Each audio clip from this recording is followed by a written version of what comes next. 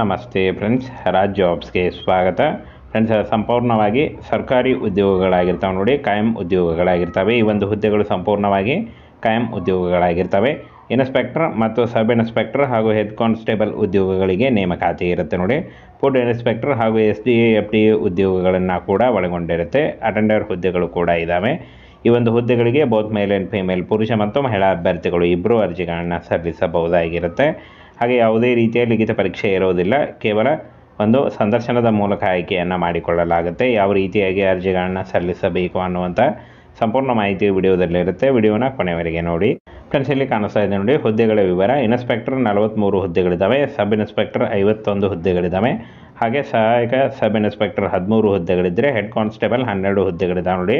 ಹಾಗೇನೇ SDA FDA ಮತ್ತು attender ಹಾಗೂ ಫುಡ್ ಇನ್ಸ್ಪೆಕ್ಟರ್ ಉದ್ಯೋಗಗಳನ್ನು ಕೂಡ ಒಳಗೊಂಡಿರುತ್ತೆ. ಟೋಟಲ್ ಆಗಿ 119 ಹುದ್ದೆಗಳಿಗೆ ನೇಮಕಾತಿ ಇರುತ್ತೆ ನೋಡಿ. ಸಂಪೂರ್ಣವಾಗಿ ಆಫ್ಲೈನ್ ಮೂಲಕ ಅರ್ಜಿಗಳನ್ನು ಸಲ್ಲಿಸಬೇಕಾಗತ್ತೆ. ಆಫ್ಲೈನ್ ಮೂಲಕ ಯಾವ ರೀತಿಯಾಗಿ ಅರ್ಜಿಗಳನ್ನು ಸಲ್ಲಿಸಬೇಕು ಆ ಒಂದು ಮಾಹಿತಿಯನ್ನು ಕೂಡ ತಿಳಿಸ್ಕೊಡ್ತೀನಿ.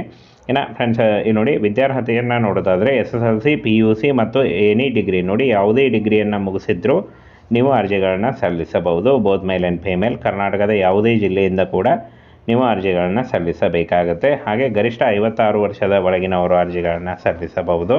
OBC ಅಭ್ಯರ್ಥಿಗಳಿಗೆ 3 ವರ್ಷ ಮತ್ತು SC/ST ಅಭ್ಯರ್ಥಿಗಳಿಗೆ 5 ವರ್ಷಗಳ ವಯೋಮಿತಿ ಸಡಿಲಿಕೆ ಕೂಡ ಇರುತ್ತೆ ನೋಡಿ. ಇನ್ನು ವೇತನ ಶ್ರೇಣಿಯನ್ನು ನೋಡೋದಾದರೆ ಫುಡ್ ಇನ್ಸ್ಪೆಕ್ಟರ್ 9,300ರಿಂದ 34,000ವರೆಗೆ ಇದ್ದರೆ, ಸಬ್ ಇನ್ಸ್ಪೆಕ್ಟರ್ 35,000ದಿಂದ 1,24,000 ಅಂದರೆ 12,000ವರೆಗೆ ಇರುತ್ತೆ.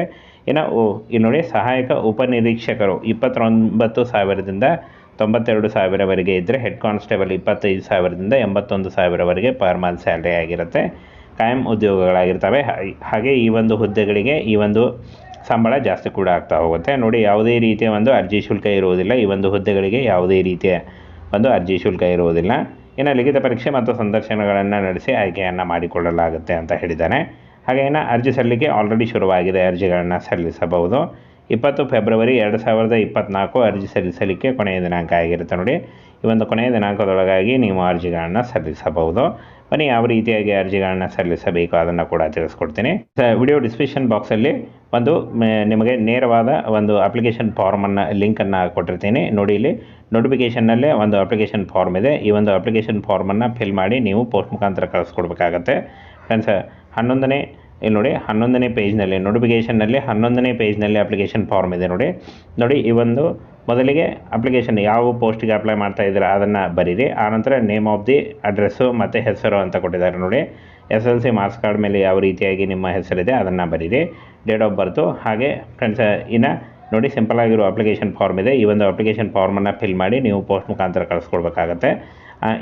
ಈ ಒಂದು ಅರ್ಜಿ ಸಲ್ಲಿಕೆಗೆ ನೋಡಿ ಇಲ್ಲಿ ಈ ಒಂದು ಅಡ್ರೆಸ್ಗೆ ನೀವು ಕಳಿಸ್ಕೊಡ್ಬೇಕಾಗತ್ತೆ. National investigation agency, ministry of home affairs, government of India, opposite CGO complex, Lodhi road, new Delhi ನೋಡಿ. ಈ ಒಂದು ಅಡ್ರೆಸ್ಗೆ ನೀವು ಅಪ್ಲಿಕೇಶನ್ ಫಾರ್ಮನ್ನು ಕಳಿಸ್ಕೊಡ್ಬೇಕಾಗತ್ತೆ. ಈ ಒಂದು ಅಪ್ಲಿಕೇಶನ್ ಫಾರ್ಮನ್ನು ಫಿಲ್ ಮಾಡಿ ನೀವು ಕಳಿಸ್ಕೊಡ್ಬೇಕಾಗತ್ತೆ. ಈ ರೀತಿಯಾಗಿ ನೀವು ಅರ್ಜಿಗಳನ್ನು ಸಲ್ಲಿಸಬಹುದು. ಹಾಗೆ ಆಯ್ಕೆಯಾದ ಅಭ್ಯರ್ಥಿಗಳಿಗೆ ಕರ್ನಾಟಕ ಸೇರಿ ಆಲ್ ಓವರ್ ಇಂಡಿಯಾದಲ್ಲಿ ಜಾಬ್ಸ್ ಇರುತ್ತೆ. ಸಂಪೂರ್ಣವಾಗಿ ಕೇಂದ್ರ ಸರ್ಕಾರಿ ಉದ್ಯೋಗಗಳಾಗಿರ್ತವೆ.